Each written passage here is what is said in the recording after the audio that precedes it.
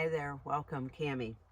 So this is phase 2, I guess I'll call it, of my bike packing training for my goal, and that is to work on my fear of being solo in the woods on my bike. So today what I did is I picked a trail on the north section of the North Country Trail that is open to biking that I'm very familiar with. I hiked this section a lot of times. A lot of times. So I'm hoping that will help with my level of fear while I'm out there, and I'll draw some comfort over knowing the trail, knowing that I've been out here lots of times, just me and Freya hiking along. It's a very technical section of trail, so my mind should be pretty busy and occupied with trying not to crash, that hopefully the fear won't creep in.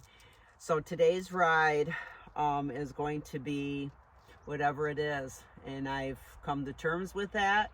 Like I said in my previous video, if you've watched it, phase 1 or training day 1 is I truly believe that the best thing for me to do is to bite off little pieces at a time, little small stepping stones at a time.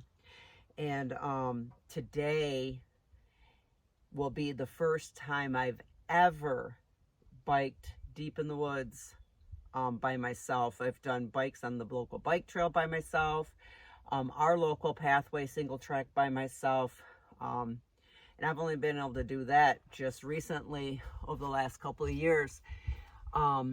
So this will be, and I've done gravel road rides by myself, but this will be the first time ever in my life that I've headed out into the woods like this by myself.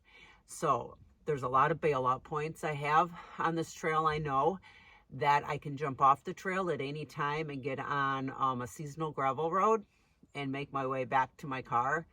So I have that in the back of my mind, and I'll be filming the trail, be wearing my chest mounted strap, so hopefully I'll have the angle right for you so you can see the trail.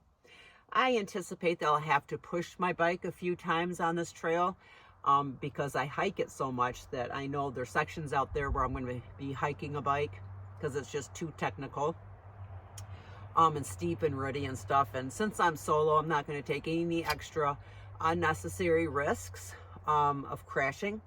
I have sent my husband a safety beacon so he knows where I'm at all times. My watch is equipped with a crash detection. My son got me this basically for that reason. But let me tell you, I've wiped out a few times and this sucker hasn't gone off. So we'll see how that works. So I have that safety device. I am equipped with my bear spray. And I do have my air horn with me. And I have my water with me. I have some electrolytes with me. I have my air canisters with me. My cell phone charger is with me, and I guess my helmet. I'm all good to go. So I'm going to get finished loaded up and hit the trail, and I'll be letting you tag along with me, and let's see how this goes.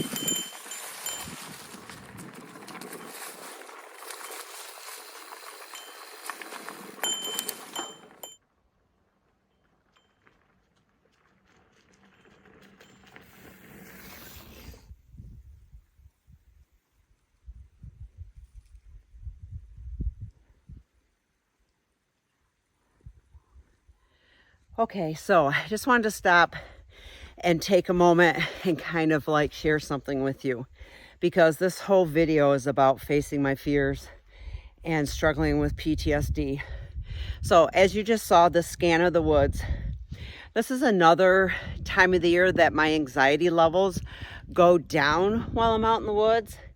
And after some pretty intense therapy sessions about my PTSD, I came to realize a root of a lot of my fear. Well, I know what my root of my fear is anyway, because there have been certain times, it's not just the woods, that I'd feel anxiety and panic and just super fearful. One is when I'm in deep woods. Two is when I'm in dark. And three, when I used to train and race in triathlon, when I'd swim in murky, dark waters, I just have these panic attacks. And so my counselor that I was seeing for my PTSD asked me what it was. You have to get to that point of fear and panic and stay with it for a moment and try and recognize where it's coming from. So I had this aha moment, and this has been probably maybe 5 years ago that I started going there for this. And they all had one common theme: deep woods, dark water, the dark. I can't see what's coming at me. I can't see what's there. So that really helped me so much, because I really, until then, I didn't understand and didn't realize the connection. I just knew it was there and it was real. So when I'm out biking and hiking in woods like this, I can feel my stress levels go down and my anxiety levels stay down. And when I'm swimming in clear waters, I never was afraid. I never had that fear come over me. And so now that I recognized, it's like, now I've swam in murky, dark waters, weeds have touched my feet, whatever. I have not had a panic attack. And when I've gone into deep woods and I'm surrounded and closed in, I can feel myself being able to control it and calm myself down. But I think that's what it took. It took me to know what the source was, where that panic and what was triggering it, so I could work through it, understand it, and work through it. So anyway, I wanted to share that with you because, if you're watching this and maybe you are like me, maybe you have similar things, and I just want to share it with you, with everyone, because it's just been so extremely helpful in my life. And now that I can recognize it and I've learned it, I just want to share it with others. So isn't that creek beautiful? We wouldn't be able to see that creek in the summertime because it would just be hidden by all the trees and the leaves. So I had to stop and share it with you.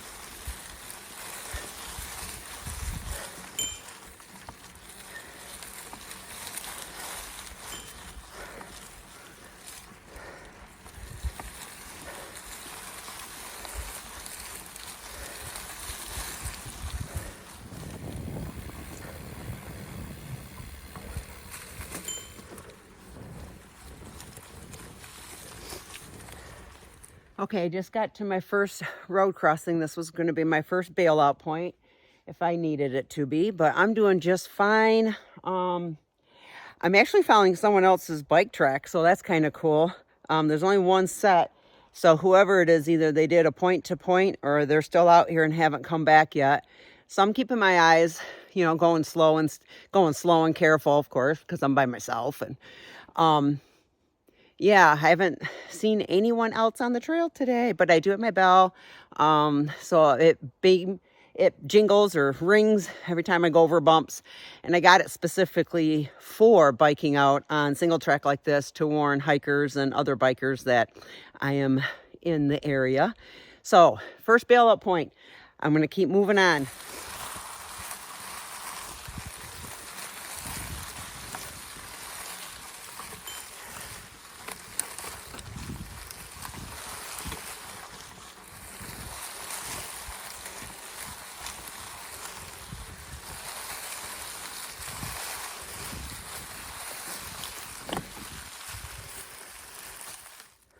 All right, here's a view.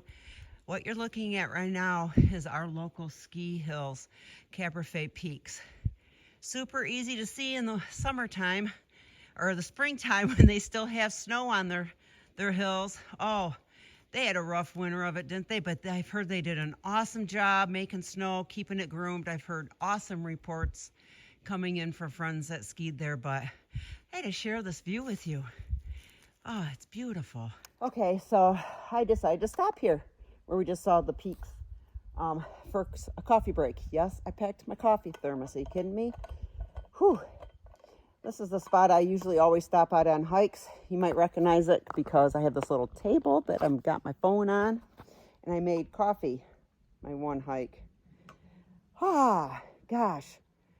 I cannot believe how relaxed I feel. I think I made a good, look at that. I love that. I think I made a good choice for my first time out doing this.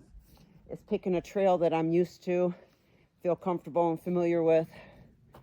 So I'm stopping for coffee, a pee break, and yeah, I'm almost to my turnaround point. Gosh, I might just keep going. I don't know. I'm going to jump on River Road, I think, after I get off the trail when I get to my turnaround, because I like biking on that open gravel road. I'll be out in the sunshine and just see different things. So we'll see how I feel if I turn around and just hit the trail back or if I stay on River Road, but you'll find out when we get there. So I'm going to enjoy my coffee. Thanks for taking along so far. So good.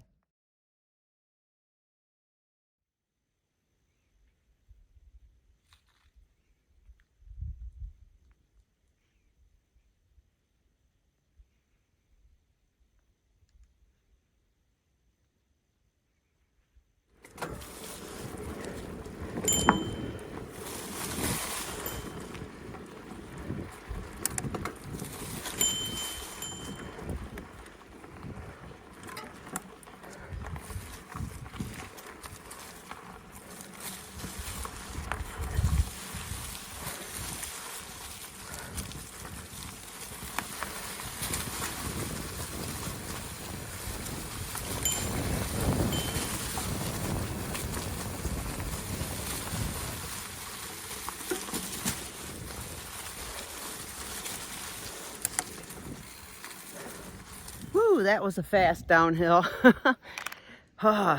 Little stick stuck out of the side and nabbed my leg, but just drew a little bit of blood. But that was fun. And I'm kind of glad I'm going to jump on Sheep Ranch Road here and head to River Road and not climb that again. I have climbed that on a fully loaded bike last year, I think, with my friend Sharon. And there was a lot of hike-a-bike in that section.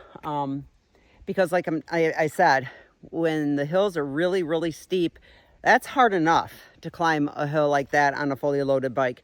But when you throw in roots that you have to bounce up and over, when you hit a rut, you know, it just takes all that momentum away and it gives you that little split second of pause, and it just takes a lot of leg strength and yeah, a lot of leg strength and balance to continue on and get over it.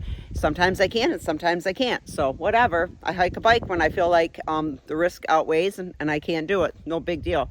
So yeah, that downhill was fun. I'm gonna jump on Sheep Ranch Road now and head to River Road. But I did the whole section I planned on doing. It was, I'm pretty sure it was 5.5 or 6 miles. So yeah, I am super stoked and proud of myself right now.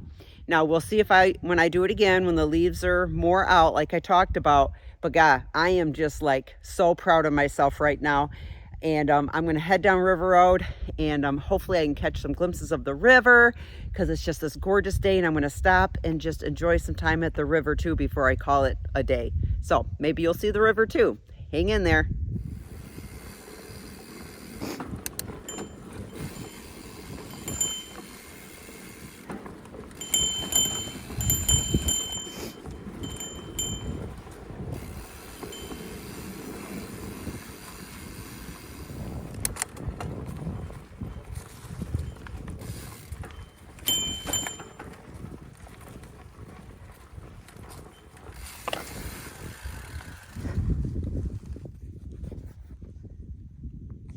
So this mud pit brings me to a memory I have to share with you.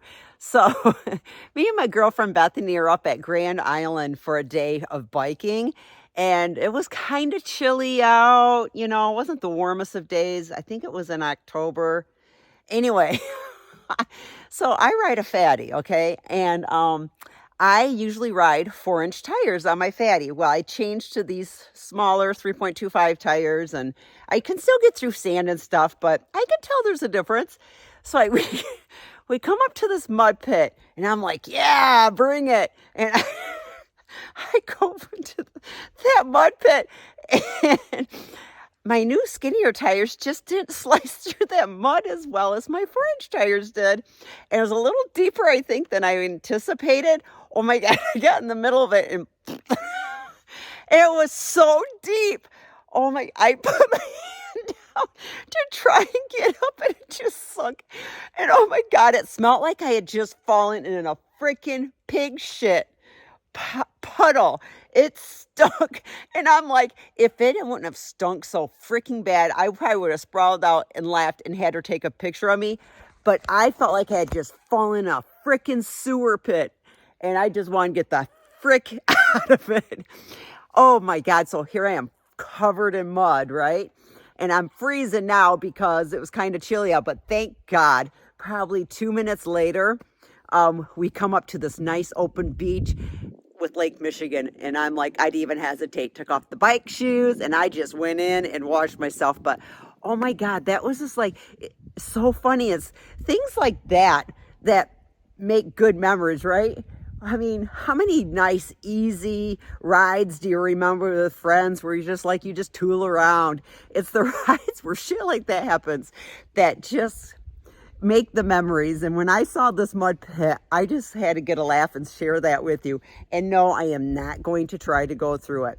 Maybe on a hot summer day. But here's the other thing. It tears the shit out of your drivetrain. And I don't want to be replacing that right now. But oh boy, it's fun going through mud puddles. Let me tell you, if I had a trash bike, I would go mud puddle hopping all the time on my bike. But anyway, I wanted to share that story with you. Gonna keep rolling.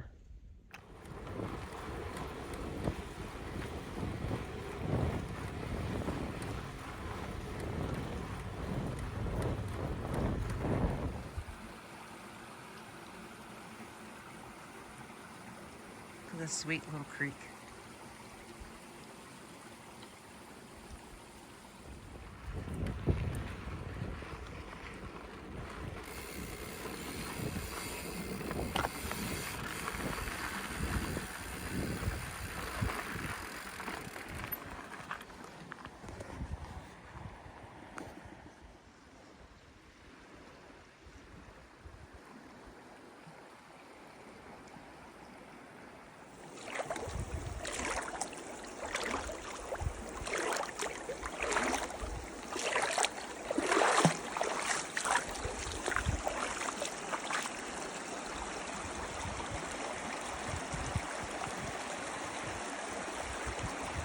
Well, I did it. I made it. I did my whole section I had planned. And now I'm down here at the beautiful Manistee River. And the creek I just showed you is called Woodpecker Creek. I launch my kayak here a lot of times to paddle. And I just thought, what a great place to end my first solo woods like this bike ride. I am so dang proud of myself right now. I could almost cry. You know, I just want to give a shout out to all of you that might be suffering from fears like I do and PTSD. You know, I just encourage you, just little pieces at a time. Don't give up. It took me 5 years to get here, and over those 5 years, I've been able to do more and more things because I put myself out there a little piece at a time, a little piece at a time. And every time I do that, I just throw that stepping stone further away, and I just go for that next one. And don't be hard on yourself. You know, a lot of people that don't struggle with fears and PTSD just don't understand.